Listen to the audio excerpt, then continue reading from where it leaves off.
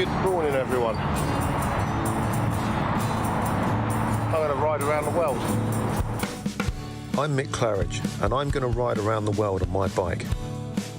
My son, he gave me advice at the start of this ride, and he looked at me and just said, "Dad, don't be a moron."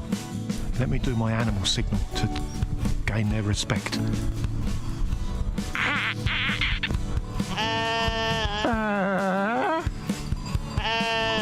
How's it going, Sally? Yeah, I'm alright, Mick. How's it going? Worse than that bit in Lord of the Rings where they go into the top and the spiders in the tunnel. I'm just hoping there's a spider at the top of this one to kill me. Freezing. And I failed. I moroned up the ride.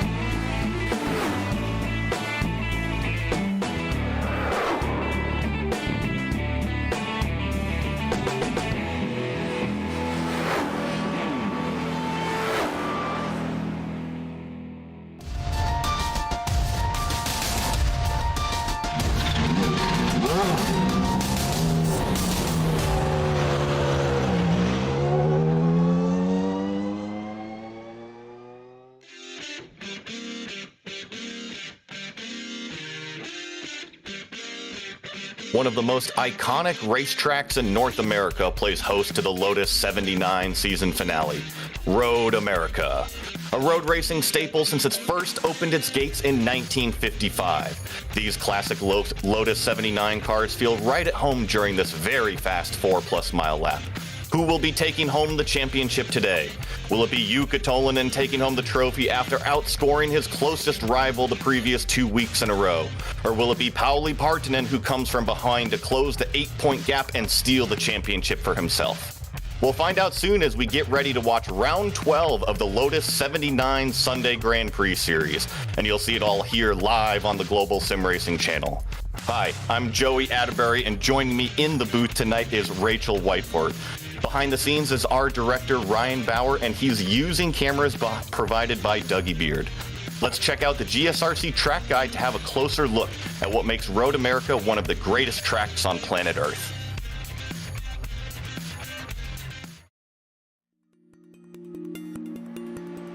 Welcome to Road America. Nicknamed America's National Park of Speed, it's easy to see why just by looking at how the track is laid out. Long straights are a major feature, and drivers will build up incredible momentum before they find themselves interrupted by tight 90-degree corners. In fact, for a 4-mile circuit, it has shockingly few turns. It also has little in the way of variation in layouts. The main course is only broken up once with a single chicane added in the bend version. But don't take this to mean that it's a boring track. Elevation change happens many times over a lap, with a few places taking you into corners which are quite blind. But 2 of the turns on the back half of the course are perhaps the most distinctive. One is the carousel with its more than 180-degree radius. It just feels like it never stops. The other is the kink. Terrifyingly fast with very little runoff, it can end someone's race in a flash. As you'd expect, the heavy braking zones make for some ideal overtaking spots. Turn 5 sees plenty with its downhill entry. The hurried downs can offer drivers a chance at a sneak attack if you're brave, and then Canada Corner gives you one last shot before the lap is over. It's no wonder major organizations such as IMSA, IndyCar, NASCAR, and the SCCA all host major races here. All in all, many drivers rate this track as the best track in North America. Many who hop in the seat and try it can quickly understand why.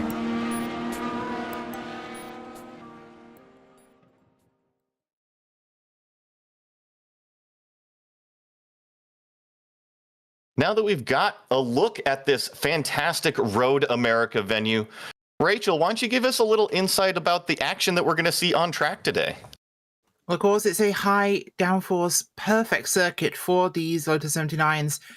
This track is fast, it's flowing, it's all about speed and carrying that speed through the corners, which is where these cars excel, of course. Now, don't forget, this track, again, you mentioned opened in 1955, 67 years ago. It has hosted IndyCar, Formula One, IMSA. It's hosted NASCAR, the Xfinity Series, GT World Challenge, everything, even Trans Am. Everything has been here. Now, this circuit, of course, has good amounts of elevation change, which will be huge for the drivers, of course, both up and down.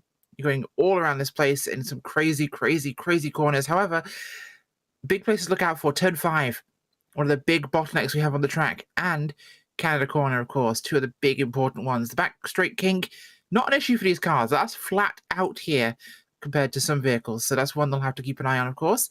Now, we did remove the old Bill Mitchell bridge, and there was a tunnel put in there instead, which does change the shape of the track there slightly. That was 2006, but not been a factor really for the sake of iRacing. Now, there is a bit of a blind jump on the off-road circuit, of course. We don't have to worry about jumps in this car, of course, useful. But no, the track has a huge variety from whether it's got motor racing tracks for cars, off-road motorcycles, off-road cars. It does everything here. And wow, this place hosts nearly every series you could possibly imagine. And at the moment, the track itself is 0.8. No, that's the karting course. I'm looking at the wrong statistics here. 4 miles in length, I should say, with 14 corners. And the record is still held by Alex Zanardi in a 1998 kart. So it's C-A-R-T, not K-A-R-T. So, yeah, different kind of kart entirely. But no, this is a track that's absolutely suited to these cars. In fact, the Formula One era cars did run here at this time. So it's kind of coming home. You're right. They do feel very at home here. It's a very fast racetrack, and it's a very vintage racetrack, if you will. It's pretty narrow out there for these cars to race on, especially with how wide they are. And we did mention this is the final round here in this series. Taking a look at the main F1 driver standings, we're going to be talking about this points championship throughout the race. Jukka Tolvanen only has 8 points over his teammate, Pauli Partanen. So it's really just kind of a battle between Tolvanen and Partanen for the win there. We also have a battle for third place between Michael de Turk and Kimmo Villakainen. Those are another pair that we'll keep an eye on throughout the race. Also notice there is Timothy Reed in 5th place, Peter Konecny in 6th, Timo Karjalainen, Dylan Freckleton, Alex Millward, and Jordan Gronkowski actually locked in that battle for 9th there with Alex Millward. We'll keep an eye on his progression through the race as well. The F1 drivers aren't the only drivers out there. The F2, they're separated by iRating, and Rachel will tell you a little bit more. Yeah, they absolutely are. So the F2 championship we have here, it's Tomas Badfai leading the way right now. He actually has quite a lot of more races counted overall for himself, and quite a number of wins, of course, in the series so far. It's Marco Flacker in 2nd place, with Marco Antonio Lopez Saldago in the 3rd spot there. Forwards up the list, it is Jack David Spickett in 4th, Cristiano Carini in 5th, Luca Bracali in 6th place, Nathaniel Porter 7th, Guillermo Martin Gonzalez Diaz in 8th place, with Jason Clapper in 9th, and Stephen Hobbs in 10th, making the last two names one of the few I could pronounce. It's quite an extensive field here between both of those standings, isn't it? And taking a look at these race details, we mentioned it is round 12 of 12. The championship is settled today. 20 laps here at Road America. Open setup. We actually have quite a few varieties between low downforce and high downforce setups due to our maybe sideline reporter, maybe investigative reporter, Michael de Turk. We'll see him out there on the racetrack as well. No spare car, so it's important not to get any damage on these open wheel chassis, and that's even jumping over the curbs. They can get floor damage from just going off track or maybe having too big of a jump over some of these exit curbs. You also see drive-through penalty at 17x, disqualification at 25. Keep an eye on these cars running out wide. You can dip a tire and get 1x on some of these exits. And then, of course, we mentioned how narrow this racetrack is. So if you maybe hip check or come in contact with another car, you'll find yourself gathering up those incident points quite quickly. Now, looking at these cars on the track, we're working about a minute left here in qualifying. Important to note, I'm seeing Jukka Tolinen, our current provisional pole sitter, over Pauli Partonen. The reason why that's important is there is also 2 bonus points given away for that pole position, and Jukka going in with an 8-point margin. If he claims that pole, he will have 10 points going into the race, which makes Pauli's climb even tougher. But right now on track, looks like we're watching Daniel Gallus round through the kink and head down to Canada Corner, one of those iconic parts of the racetrack that you were mentioning, Rachel. It certainly is. It's a big corner because you've got to, it closes in itself. It's more than 90 degrees and you're climbing. So it's a huge braking zone, and it's very important to get the right exit from that corner to really push up through Billy Mitchell and into that final sector. And they climb up the hill. You also talked about the elevation, and you saw it right there. You climb up out of Canada Corner, and then you're also going to see him climb up this front straight hill all the way up to start finish. And probably not an issue here in the virtual world, but it always catches cars out in the real world with fuel saving. And if you run out of gas at Road America, trust me, you are not going to make it up that hill to the start finish line. That's going to do it for qualifying. All these cars on the racetrack are just wrapping up and just ended, so these cars won't be able to put in a lap time. We do have our starting grid, and look at that lap time from Jukka Tolinen, our pole sitter. 149.999. I say that because he is the only car in the 149s. Pauli Partonen there at a 150.2, sharing the front row. So those are our 2 championship contenders. Nico Jarva there in 3rd place. Michael de Turk rounding out the top 4. Kimmo Villakainen 5th. Gernot Frisch 6th. Andreas Schuster 7th. Timothy Reed, Marco Flecker, and Karthik Pai rounding out the top 10. Rachel.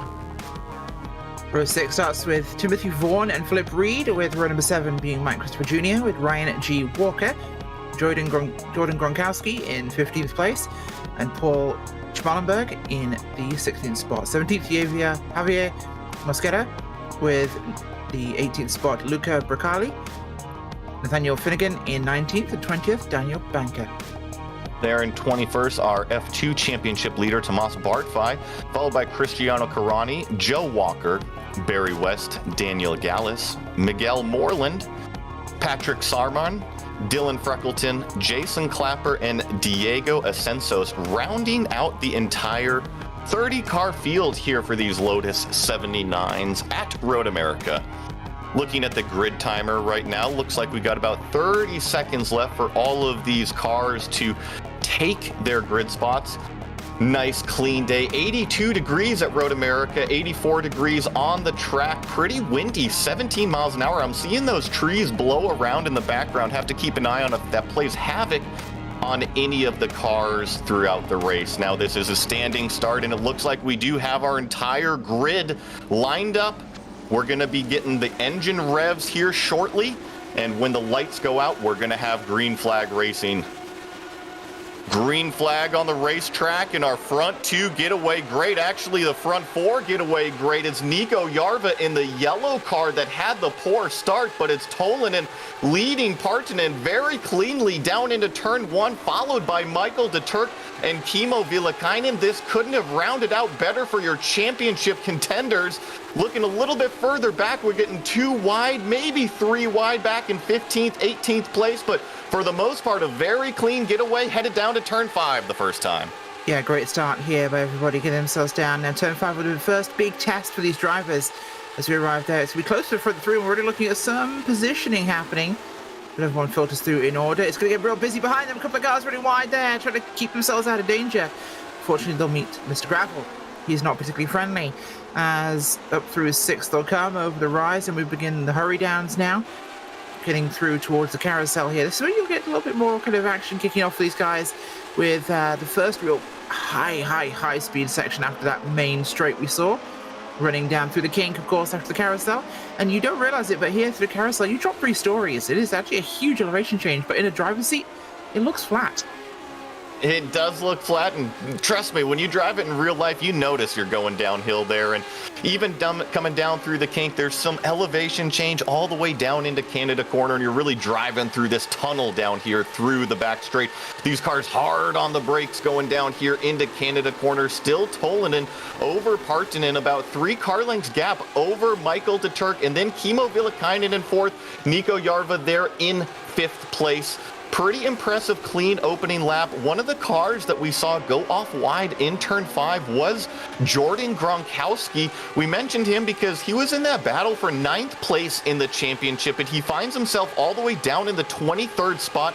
He's going to have a tough road ahead of him to climb up. And same thing with Pauli Partanen. Let's take a look at these different setups that all 4 of these top cars are running. I have a feeling that maybe Tolinen and Partanen are running pretty similar setups, and maybe Michael de Turk and Kimmo Villakainen are on a little bit of a lower downforce setup. The reason why I say this is Road America is filled with these very long straightaways. With a lower downforce setup, those cars can easily stay tucked up in the draft and maybe take it easier on the brakes because they have that benefit of the top end speed. Riding along board with Andreas Schuster here in 8th place, challenging the car in front of him. That's Timothy Reed in 7th. It is indeed making that move now for Reed, and I think it's going to be a tricky move to get past him there, but Pi is trying to catch up here. He's there with Vaughan and a few of the others. Schuster just lost that spot, of course. Don't forget, he's trying to fight that back before the end of this lap. Yeah, he will try to fight that back, and looking a little bit further back, that's Karthik Pai now pounding the back of Andreas Schuster. We were seeing him kind of pushing Timothy Reed just a minute ago, but Karthik Pai, I always see this yellow car, and it always kind of starts around the 7th to 10th position, but it seems to work its way up to that, 4th to 5th place by the end of the race. And it seems like he's got another one of those runs going right now as he's put a little bit of distance on the car behind, and he's putting pressure on the car in front. And that's Andreas Schuster. He is going to go around. They got a poor exit out of Canada Corner. Karthik Pai up to 8th place. Something else to notice, I think I see Nico Jarva, our 5th place runner. Did he have a little bit of an issue right now because he is in the pits, and that's going to promote Gernot Frisch and the rest of the field up 1 spot. Yeah, it absolutely will, and that's going to be a big one for them, but unfortunate to end up down there if you unfortunately get in that situation. Bartfai, it's going to cost him a huge amount of points here considering his lead. Yeah, considering his lead, we got that replay there thanks to Ryan Bauer. Yeah, just Nico got up on those exit curbs. I've heard that these exit curbs are pretty much a death sentence in these Lotus 79 cars. Not only because it can throw you off track and into the wall like that, but even if you do survive, Rachel, I've heard that you get floor damage just because these cars ride so low because of the aerodynamic downforce that they make. Yeah, they're super low. The biggest part of this car is not the wings, it is the underfloor. These are ground effect cars, so you could essentially think of the bottom of the car like a wing. It's an upside down aeroplane wing. It's sucking the car down to the track. It's like a reverse hovercraft. Rather than floating on a cushion of air, it's dragging itself to the pavement. So that is a huge component in how this car works. And Road America is a very aggressive track, especially at the curbs. This is where you'll find a lot of damage for any series of cars, but when it's your floor that is your biggest downforce drive, yeah, you're going to be in trouble. Riding on board here with Dylan Freckleton, 16th place, looking forward at Daniel Banker in the 15th. He's going to take a look down the inside of the kink. This is not where you go too wide. We're going to have cars up, over, and on their end. That was not a place you go too wide through there, and ultimately it was Dylan Freckleton that paid the price, and now we're going to have 2, 3, 4, 5 more cars get collected in this. Oh no, we have disaster on the back straightaway, Rachel. That's almost a complete track blockage. It is still blocked right now. Disaster. Oh my gosh, that is huge. It's not what we want to see happen. I've got a replay coming up for you now. Show you exactly what happened, but oh my gosh, pirouetting cars. God, memories of, oh God, I've forgotten her name now, but British female IndyCar driver, or I think it was the Catherine Legg, yeah. Almost like her incident in the kink back in the day. Yeah, I know. That was just extremely unfortunate. And let me tell you, there's not space too wide to go through the kink. And even if you got to run through there, it takes two people to coordinate getting through the kink. And the lead car was not ready to relinquish that position. Thought he could shove it down the inside. And ultimately, that ended up with, I think, probably 6, 7, maybe even 8 cars retired, taking the tow into the pits. But jumping back up to our lead battle, setting the picture for everyone, nothing has changed up front. Jukka Tolvanen continues to lead the way over Pauli Parttinen. Only about a half-second separate these two. And then the other thing to note, Michael de Turk, that third car line, is just barely hanging back in that draft of Pauli Parttinen. I know that he's running a lower downforce setup than these two, so if he is able to just hang in the back here and hang on to that draft, he might be able to separate himself from Kimmo Villakainen, who has been trying to stay on the back of Michael de Turk, because these two are battling it out in the championship for that third place. Yeah, they absolutely are, and that'll be a huge one for them. Of course, this changes everything in terms of our overall championship look, with some of these big players have been caught in that incident there. Not what you want to see happen, of course, but racing is racing. Racing is racing. The kink is bold, even in these cars, as the pit road now has 5 cars in it smoking. So it's an option. It's genius when it works. Otherwise, it's stupid. I guess genius or luck are often interchanged. I guess you could say that, you know, and just when I come to think of racing, it's all about decisions. And the quicker you can make the proper decisions, usually the faster you are, whether that's in traffic or if there's other variables happening. But it all comes down to proper decision making. And when you make the wrong decision, catastrophe can happen. As we ride along board, this is Timothy Reed, maybe taking a look down the inside of Gernot Frisch. Gernot is in 5th place right now. Timothy Reed in 6th. Timothy's in that blue car, hunting down that vintage Hitachi green, white, and red of Gernot. Gernot was one of the stalwarts regulars here in this Lotus 79. He doesn't race as regularly and practice as much, but as you can see, the speed that he has is still tremendous. And something else to note about that number 1 car, usually the first 5 to 7 laps are not his strongest. His strongest is the back half of the race, where he just settles into things and starts clicking off these rocket ship laps. So let's keep an eye on that number 1 car, as Timothy Reed looks like he's continuing to battle here. He's actually tucked up in the slipstream, closer than he's been. We'll see if he takes a peek down the inside going into Canada corner. Not quite close enough yet. I wonder if he's got a little bit more short run speed, but Gernot has that long run speed. Rachel, do you do any sim racing here in iRacing? Not for a number of years, but I used to be absolutely prolific for about 4 or 5 years in the sim. It has been a while, unfortunately. I am long retired. I moved to commentary because turns out my mouth is faster than my wheel. Hey, you know what? I'm in the same boat as you, as it looks like Timothy Vaughn right now actually has a pretty good slipstream. He's going to try to make this move down the inside of Andreas Schuster going into turn 1. It really narrows there. You see the track narrow up, but he will make that pass, promote Timothy Vaughn up into the 8th position.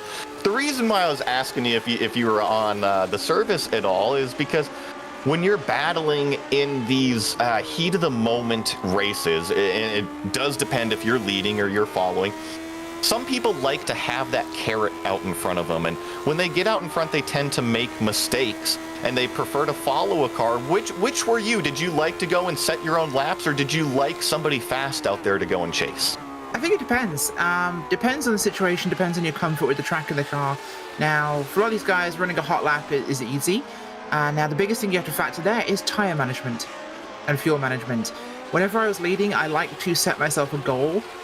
Rather than trying to just go as fast as possible, I would give myself a margin to the car behind me. Say 1 second, 2 second, 3 second gap. And I would sit there and I would manage that gap. Whatever was decided, I would hold that, because that meant if I could go faster, I was saving. But if I was still holding my gap to the car behind, I was racing the delta rather than the car ahead of me. So no matter what you're doing, you're always racing another car, whether that's maintaining your gap to the guy behind you or whether that's you running behind someone now. I've been in numerous situations on oval tracks where I've had difficulty perhaps, and I've enjoyed running behind someone who was faster than me because I could learn what they were doing. I could find out what they were doing to get faster. On the roadside, the same thing applies. You could find the groove by watching what they're doing. And the carrot helps, of course, to maintain and gain speed. But at the same time, you also, to win races, have to be able to manage leading. You can't win a race in second. No matter how hard you try, it's physically impossible. So to race in second, not only have you got to learn how they're doing it, but improve on them to get past. You're right, and I think that's something that could be transferred into the simulation world a little bit more than what I see. I'm pretty regular in the service and riding on board with Tomas Barpa. I don't want to lose touch with this race, but what you said was very important, and if there's a fast car behind you, it's not necessarily bad to let them by. You don't have to defend every single corner, because when the faster car goes by you, guess what? They're faster for a reason. They have figured something out on the racetrack that you haven't. And it's time to get out the notepad and learn. You know, we're all studying and we're all trying to get faster out here, and we're all learning. And sometimes when a car is faster, it's time to take notes and apply them to yourself. And looking out front here at this battle, it is still Tolvanen, Partanen, de Turk. And I'm really impressed with Michael's run right now. I think that low downforce setup is helping him stay in touch with these front two. But looking at these lap times, I am extremely impressed. Tolvanen, 151.5. Partanen, 151.6. De Turk, 151.7. And so there's only, a tenth or so separating these cars, but a tenth a lap is not much, and that only adds up to about a second and a half so far, separating these entire top three, and we're not even halfway through this race yet. Rachel, tell me, would you rather be in Pauli Partanen's spot right now and able to save, or do you want to be in Jukka Tolanen's spot leading the way? I think it depends as well. It depends how close you are, because right now, Partanen, great spot, because he can save fuel, he's got the draft, which means he's getting a free ride behind Tolvanen. Tolvanen and Partanen, both fantastic drivers. They're both incredibly fast. This could be either in either position here. Now, if I'm Tolvanen, I'm also getting a bit of a free ride from that draft from behind. The whole punch in the air is benefiting both of them with how close they are. So, right now, yeah, I'd probably rather be in second at the moment at this stage of the race, but either place really works, especially when they know how each other races. They're regulars on track together. They're not stupid. They know how to do this. They do know how to do this, and looking on the screen right now, the reason why we're highlighting this white and red car, this is Jordan Gronkowski. If we remember, we mentioned him going wide in turn 5 earlier in the race, and I think he was all the way back down in like the 23rd or 25th position. He's worked his way all the way up to 13th. He's got Nathan Finnegan now lined up in his crosshairs. That's kind of that purple car in front of him. He's been turning consistent laps. Let's see here. That last lap was 1.2 seconds faster than Nathan Finnegan in front of him. I think it's only a matter of time until this number 11 Jordan Gronkowski car moves up into 12th and then continues to move forward. We're only working lap 8 right now. He's still got over half the race distance to kind of climb up out of that hole from the first lap incident. Jumping around here, looking at all of these different battles on track. I love this course, man. Canada corner coming up out of the hill. And for all of you listening, I know not everyone is based here in North America, but if you are, make the trip out to Road America, because it really is a national park out here. Whether it's just to go and visit or it's to go see a race, it is well worth the trip. I'm seeing a purple fast lap pop up on the screen, and that was from Pauli Partanen. That means the distance to the leader has closed in. I'm looking at the gap, currently only a quarter of a second. That translates to about 2 car lengths here between Tolvanen and Partanen. Looks like Pauli's starting to get a little bit of speed inside of his race car and getting a little bit of racy, out front here. I wonder if he wants that clean air. Maybe he's saved enough tire that he says, you know what, Yuka's starting to struggle in a couple areas. I want to try to lead this thing and start to pull away. Also also the draft. You know, getting into that draft zone means he will bag a faster lap than your leader every time. Because even if he doesn't pass him, he's getting the suck-up effect from the draft, so he's going to put in a faster time in the books, even if they stay together, because he'll gain on the straights and he'll fall back in the corners. So it's not unusual for second place to bag the fastest lap each time by in this sort of condition. Now, the cleaner is important, very important for a car like this, but they're getting a lot of the aero from, especially if they're both running low downforce setups, which I think they are.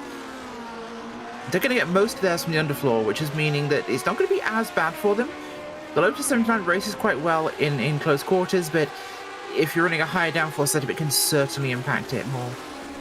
It really can with that dirty air. Think of it a bit like a boat. You know, when you drive the boat through the water, it creates that wake behind, and air does a similar thing. It's not exactly the same, but that's the easiest way to visualize it. And when these cars go through the air, guess what? They create a wake off of the back end, just like how a boat would. No, it's exactly the same.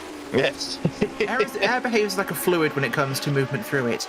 So, correct. It's just that the wing difference is different than the hull shape and how it cuts through that fluid. So the trail out the back is quite different based off of the aerodynamic wings versus the hull shape. However, wings do work in water. Look at hydrofoils. They do. There's no Yes, they top of do. the air you can sit on top of with a boat-type hull. So, actually, no, that's not correct. Look at how spaceships re-enter the atmosphere. They do essentially have to pierce that water surface of the atmosphere. So, anyway, enough about fluid dynamics. But I do see what you're getting at in terms of the wake. It is exactly like that. But imagine that boat's wake in 3 dimensions. That the more you're trying to control the airflow with your car's surfaces and you have aerodynamic surfaces, the dirtier it's going to make the air behind you. The smoother and sleeker and the more low downforce you are, the more you punch a clean hole, like a boat's hull. But the more stuff you have, the more it becomes like a hydrofoil or a propeller on a submarine, where you're churning out this turbulent stream that makes it incredibly bumpy. You've been in an airplane that's coming into land, maybe behind another one, you'll find a quite a bumpy approach.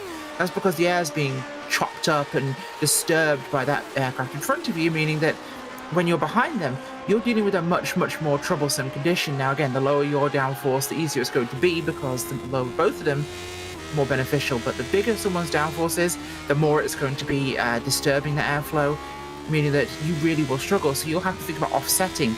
A bigger thing to also consider is overheating, because when the air is disturbed, it's not moving smoothly, so it's not going to be entering your intakes as quite as well. So you could definitely starve, especially if you end up too close to the guy in front and are in their kind of shadow, their wake shadow. You will not get anywhere near enough air into your radiators, and you will not cool. So you'll overheat. Something you were mentioning also, it's easy to pick up that draft and fast lap now set by Michael de Turk in that 3rd position there.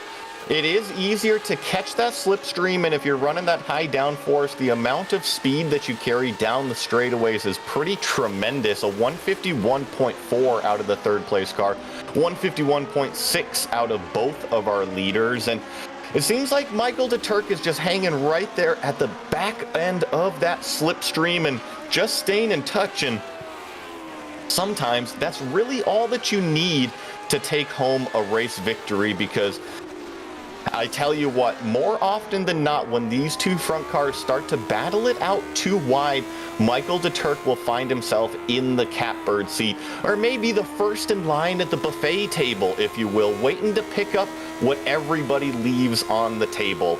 And here we see Tolanen continue to snake his way down these straightaways here. He's just trying to break that slipstream wherever he can from Pauli Partonen, because Pauli is just right there, tucked up underneath the back wing of it. He hasn't really been more than 0.3 of a second behind our leader for the last handful of laps. And one of the areas that I've really noticed Yuka have a poor exit is here, coming out of the final corner up onto the straightaway.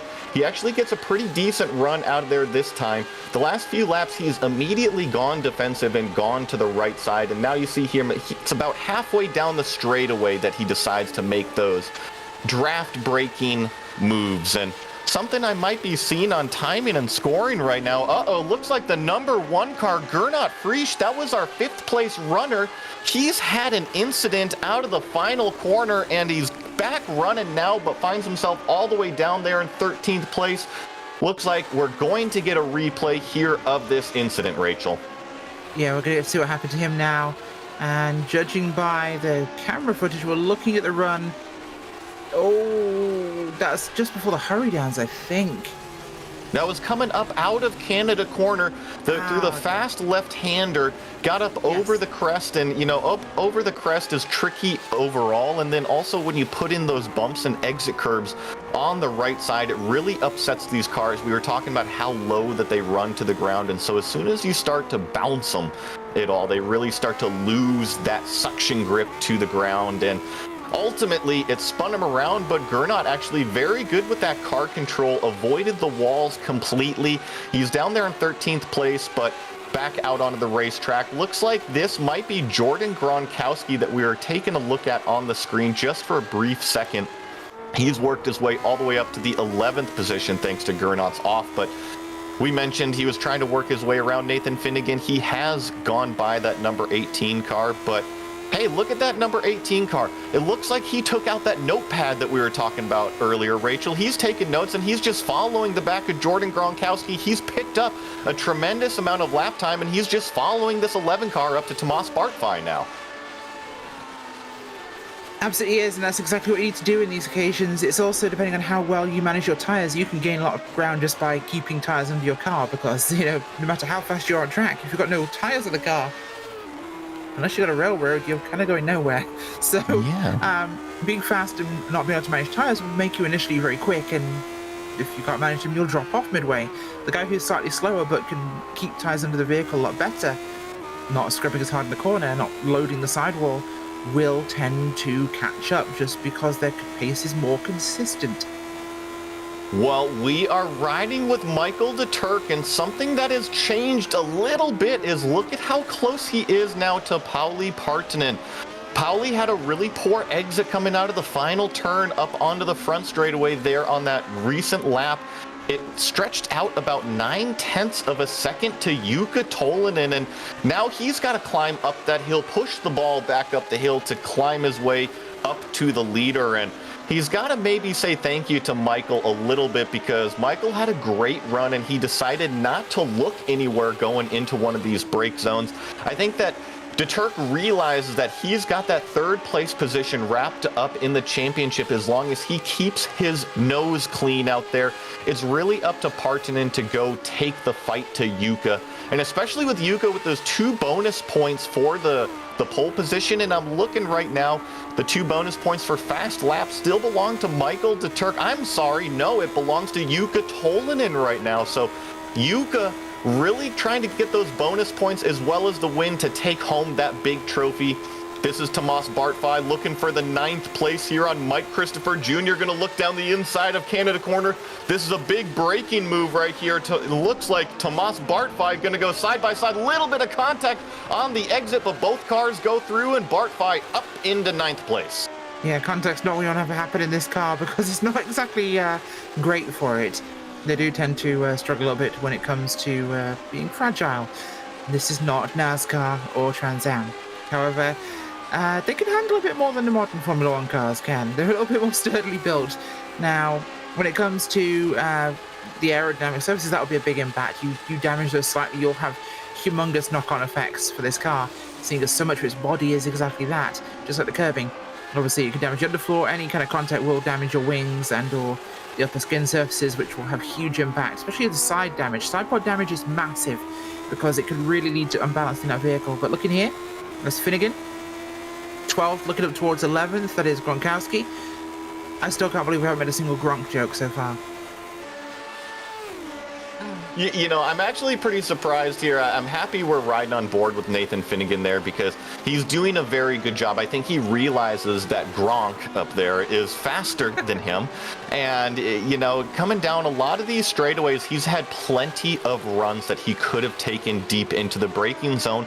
But I just think he realizes that Jordan is faster over the overall lap, and it's better to follow him, kind of use him to pull you around, and it benefits both of you. You know, Gronkowski is going to do the faster lap. It's going to let you do the faster lap because you're in the slipstream. Looks like Gronkowski is having a little bit of an internet connection issue here. Hopefully that he will pop back up on the screen. I haven't seen him go full disconnect. There he is, back up on the screen, thankfully, still in that 11th place, hunting down Mike Christopher Jr. in 10th. This is Timothy Vaughn in the number 14 car, hounding down Karthik Pai.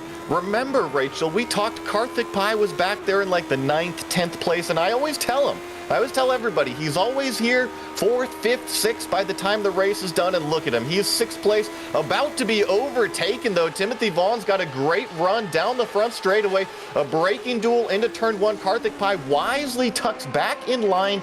He's going to be able to get the run potentially out of turn 3, maybe have his chance at the slipstream to go back by Timothy Vaughn going into turn 5 now.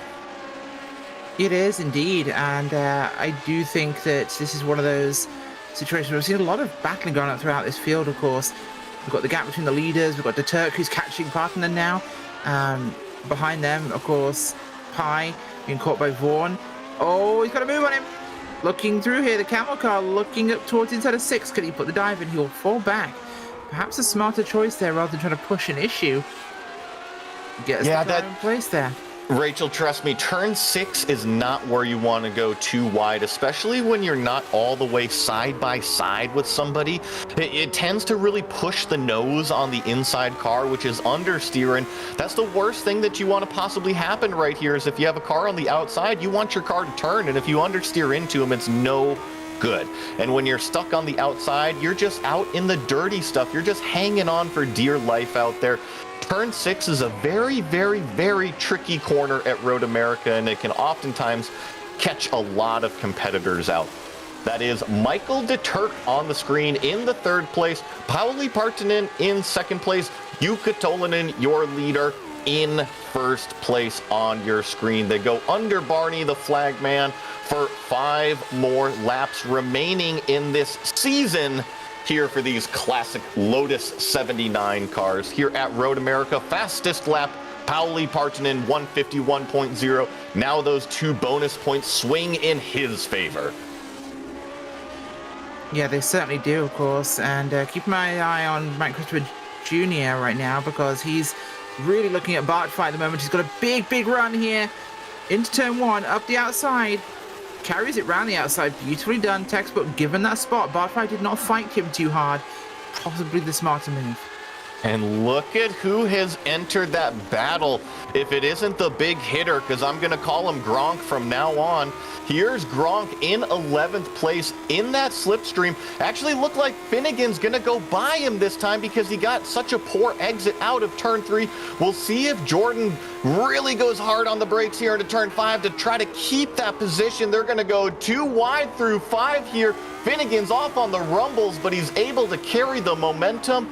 This is important. This is 4 cars all in one screen right here. This is 9th place, Mike Christopher Jr., Tomas Bartfly, 10th place, Nathan Finnegan, 11th, and Jordan Gronkowski riding on board with here in 12th place, diving down the hill, going to the carousel now under that Speedville sausage, and oh, he got a good run, but Finnegan throws the block. Gronkowski has to hit the brakes, and now they dive down through the carousel and heading towards the kink. Yeah, they do. Biggest pack on the entire field right now. As I believe we have 5 to go at this point, so it's winding down to those last minutes of this race, and they are getting this thing done as hard as they can here, but this is definitely a huge fight. In fact, looking right to the back of this grouping, 12th place, Finnegan. Right behind Finnegan, actually, Prix. Yeah, it looks like that battle still is going on. Looking on board here, that was Karthik Pai we were riding on here, and this is Jordan Gronkowski, and Gernot Prix has entered the mix. This car was running inside the top 5 here. And now he finds himself in the 13th spot. Not the track position that he wanted, but ultimately has clawed himself back up to quite a few fast cars, including that Jordan Gronkowski, Tomas Bartfai, which you see making another move into turn 1 on Mike Christopher Jr. They're going to battle it out, heading down into turn 3. This is another big break zone. They come into contact, and unfortunately, Mike Christopher Jr. is going to wheel hop it off on exit. That's going to actually open the door for Nathan Finnegan to get a great run on the exit of turn 3, tucked up into the slipstream of Tomas Bartfai. He moves defensive down into turn 5. They're going to take it too wide in the break zone. Finnegan on the outside, Bartfai on the inside, and here comes Gronkowski putting the nose down the inside, but they sort it out going up to turn 6, or do they? Looks like Gronkowski is still hungry to take that position away from Finnegan. Really is, and really trying at the moment to get that done, but Finnegan just not quite got the run at the moment he wants for this one. And these guys are kind of separated slightly. There's still the good 4 or 5 of them in that grouping, but there's some gaps forming here. Prix should be the last of the grouping, so it's just 4 of them left at the moment. Oh, big wobble by Christopher Jr. just ahead of that grouping, in fact. They might actually... Oh, no, he's dropped back. He's dropped quite back, in fact. He's right at the back of the carousel, getting really sideways. His tires seem to be gone. Yeah, tire wear does come into effect in these cars, and just kind of looking down the order, battle for 9th, this is Tomas Bartfai, Nathan Finnegan, Jordan Gronkowski, and Gernot Frisch out there on the racetrack. Finnegan running wide through the dirt, coming up over this crest, careful of those exit curbs as we see the cars bounce as they jump over those exit curbs. Through the final turn here, Finnegan very wide. That's going to cost him a position. It's going to cost him 2 positions as Gronkowski and Frisch get by. That actually held up Jordan on the exit. Promote the number 1 car. Gernot Frisch 2 for 1 there in one corner. Great heads-up driving from Gernot Frisch. He's going to find himself in 10th place as they battle it too wide through turn 1, but ultimately Gronkowski is going to have to relinquish that position. He's tucked up into a good spot here in turn 3. If he focuses on the exit, he'll have a really good chance at the slipstream headed down into turn 5. And this is the best battle on the racetrack right now. Looking out the back of Gernot Frisch, this is Jordan Gronkowski taking a look down the inside into turn 5. A braking duel. Gernot wisely backs out of it, tucks back in line, and Gronkowski 10th, Gernot Frisch 11th. Now Nathan Finnegan 12th. I thought Frisch might go for the undercut there, but didn't quite have the legs to do it, unfortunately. I don't know how a lot of these drivers are actually driving this car. I know quite a lot are purists, of course, and they run a H-pattern shifter for this vehicle because it does have one, which, of course, makes things a little bit more spicy. Now, obviously, you can run with paddles. It's iRacing, which makes it nice and easy, but this is a car where you're not actually clutching, so you're left foot braking, right foot on the gas. So if you're driving this thing on maybe a slightly twistier track, you'll have every single limb doing something different. You'll be left hand on the wheel, right hand on the shifter, left foot on the brake, right foot on the throttle. And okay, sure, if you're using paddles, it's only one less limb, but it is a very busy car in terms of how you're driving it, and it really feels like you're strapping this into your back and then going down an ice bobsleigh run. It is a very, very terrifying and involving procedure. It is, and we're going to jump up to our lead battle right here because this is going to be the battle for the championship, and only about a lap and a half remain here in this season of this Lotus 79 series. Riding on board with Pauli Partanen as he tries to get really deep there in turn 5, misses the apex by about half a car width, doesn't seem to cost him too much time. He's still tucked up in the back of the draft of Jukka Tolvanen. He was about a half second back when they cross start finish the last time, and it's all the way up to about 9/10 of a second now here as they're going to dive down into the carousel for the second to last time through here. It's really important that Pauli Partanen hits his marks in Canada corner, and especially through the final turn leading up onto the back straightaway. Right now, he's just a little bit too far back to really be thinking about any sort of where do I make this move. He needs to crawl back that time first, and then he can start to apply the pressure to Jukka Tolvanen. But If I've seen anything out of Jukka Tolvanen this year, it's just that when he gets out front, he is able to click off these incredibly fast laps, be consistent, and just hit his marks corner after corner, lap after lap. And here we see him move defensive up the front straightaway for the final time. He's going to take the white flag from Barney the flagman, and now we got one to go at Road America.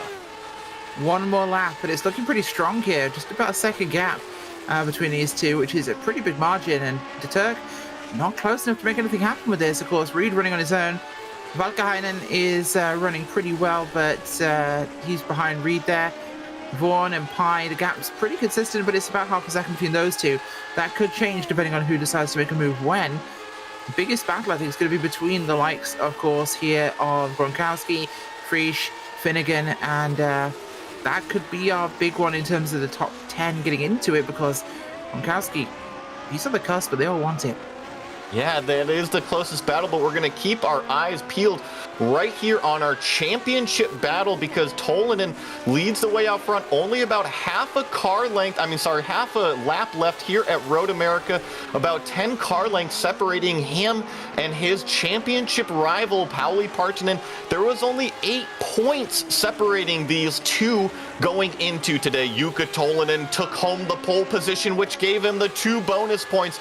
And right now he's also got the fastest lap of the race, which will also give him 2 more bonus points. But guess what?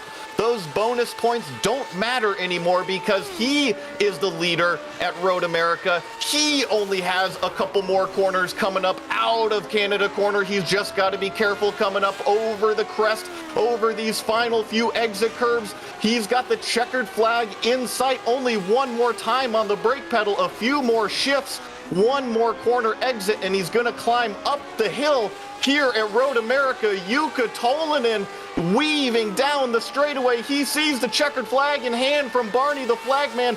Your winner, Jukka Tolvanen, followed by Pauli Partanen in second place, and that is the championship here in the Lotus 79 series. Certainly is, and I'm pretty sure Bart Fire's going to hold on to what he has in the F2 championship. Going to come home in 9th place today. Overall, it should do well for him. And behind them, Gronkowski's looking to hold over Frisch here. Can he keep that spot in the top 10 here?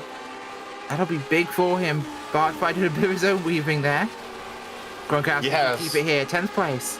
Yeah, Bart Fye comes home 9th, Gronkowski 10th, Gernot Frisch 11th there. And look at this tribute here.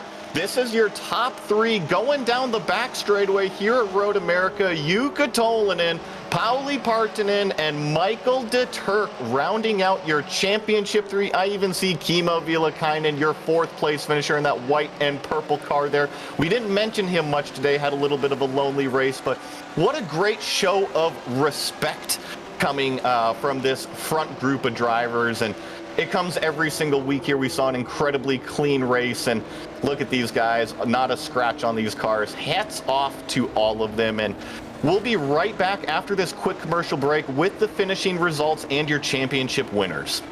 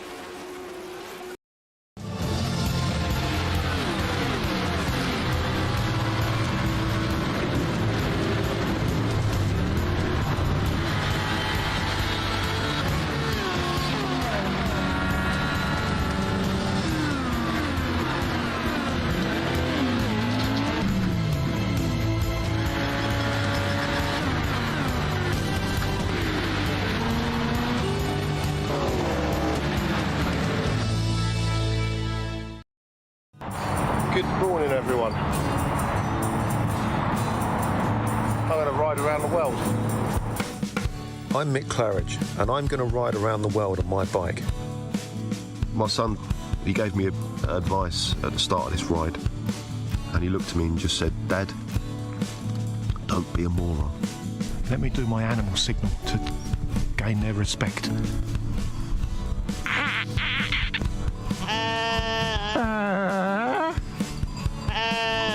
How's it going, Sally? Yeah, I'm alright, Mick. How's it going?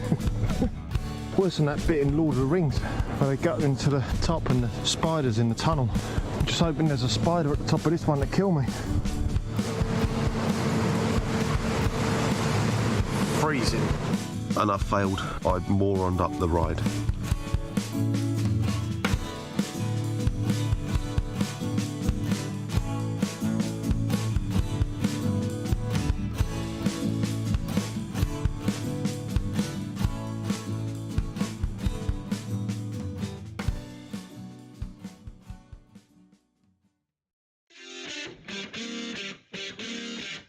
You saw the finale here at Road America for these classic Lotus 79 cars, and it was a story of the day by Jukka Tolvanen, your pole sitter, fast lap winner, and race winner in that number 3 car. He's also your points championship winner to go along with it. Pretty good sweep if you don't say so.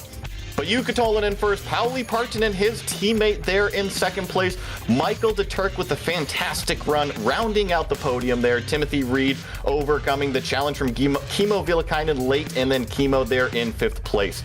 Timothy Vaughn 6th, Karthik Pai with a great run up to 7th, Andreas Schuster 8th, Tomas Bartfai, which moved up, I think, plus 11 positions, finished 9th, and Jordan Gronkowski with a great recovery drive there, finishes in the top 10. Another place is Gernot Frisch with Nathan Finnegan in 12th, Javier Mosquera in 13th with Paul Smallenberg in 14th, Mike Christopher Jr. 15th with Myron G. Walker 16th, Marco Flacker 17th, Daniel Banker 18th, 19th Barry West, and Cristiano Carani in 20th. Yeah, and there in 21st position, we got Miguel Moreland, Phil Reed, Joe Walker, Diego Asensis, and Daniel Gallus in 25th position. Patrick Samarin, Dylan Freckleton, Jason Clapper, Nico Yarva, and Luco Bracali there. Rounding out the 30-car field, we saw a few of those cars there. You see 17 laps down. Those were all cars that were involved in that massive wreck off of the kink on the back straightaway. But let us bring in our championship winner, not only championship winner, but pole position today, fast lap today, race winner, and taking home the big trophy, Jukka Tolvanen. Welcome to the booth and congratulations. Thanks.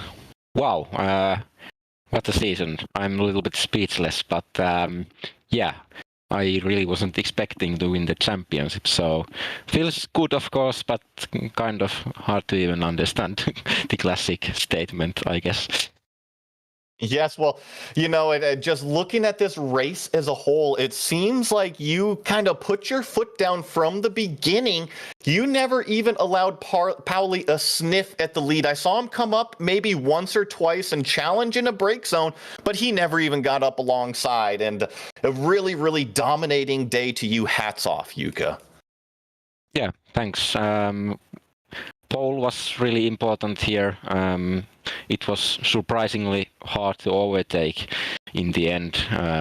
The pre-broadcast race kind of showed that I didn't take the pole there, and it was extremely difficult, as said. So basically, Pauli needed to make a huge mistake, and I was able to overtake only after that. So yeah, the pole lap was very important, and then I was quite confident that I could do it, as I had a little bit more top speed than Pauli, and I was feeling quite comfortable. So yeah, the conditions were quite slippery compared to the average of the week, but yeah, luckily I handled those as well. You did handle them fantastically, Yuka. Now, we've propped you up. You're the champion. You're the race winner. And let's talk about where maybe you felt vulnerable today. We saw you just rocket away, but was there an area on the racetrack where you felt that maybe Pauli was more fast, or were you worrisome that you might make a mistake on a certain area of the racetrack at all?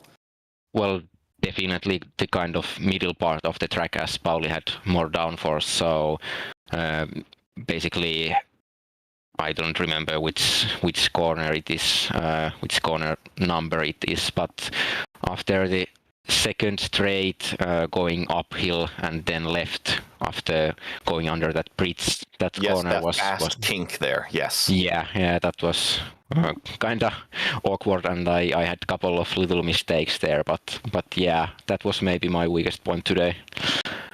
It's interesting that you say that, because we actually saw quite a few cars drift out a little bit wide and hit those exit curbs, and it all of a sudden shot the car drivers left and into the wall. So lucky for you, Yuka, you put in plenty of practice laps. You know exactly where these danger areas are in the car, and you are the champion here this season, and I hope that we're going to see you back next season. And the answer is, yeah, we're going to see you back in the Lotus 79 cars.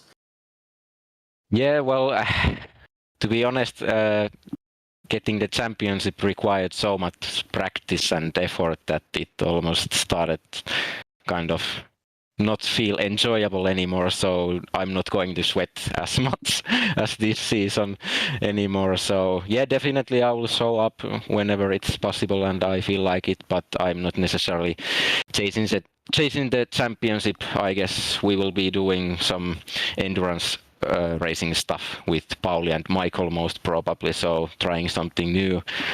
And yeah, also other things in life. So yeah, you will see me around, but you may have to lower the expectations for me a bit. So yeah.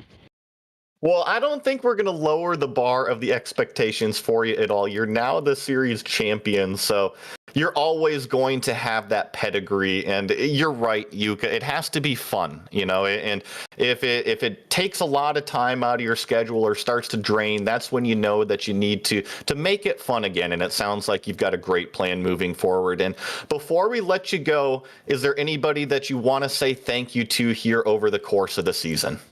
Well, wow, so many people. Firstly, of course, the whole community, everybody who's been racing, especially, of course, my teammate Pauli and Michael and Timo and Kimmo as well. And I guess a couple of friends should be watching this, so thanks for the support. My parents as well, you for the broadcasts. Maybe I got them all. Thanks. Yes, congratulations, Yuka Tolanen, your pole sitter, your race winner, and ultimately your championship winner here in the Lotus 79 cars. And I believe we have Rachel standing by with Pauli Partonen, our second place finisher in the championship and also in today's race. It's funny how that works out. First is first and second is second. Pauli, fantastic run today. You and Yuka were almost neck and neck this entire thing. You said it was pretty slippery out there. How was it for you in the dirty air as well? Well, the wind was very, very confusing this Sunday because it was very windy compared to the rest of the week. So I was a bit struggling on the qualification because of it. But yeah, Yuka had amazing quali and amazing race. So I really didn't have any chance against him. Like whole season, he has been a bit better than me, and occasionally I have been able to win him, but he was way too fast this season. I tried my best, really. Well, the best is all you can do. Are you hoping with him perhaps stepping back a little bit next season, you might have a chance at the title? Well, I'm not sure I won't really race that much next season.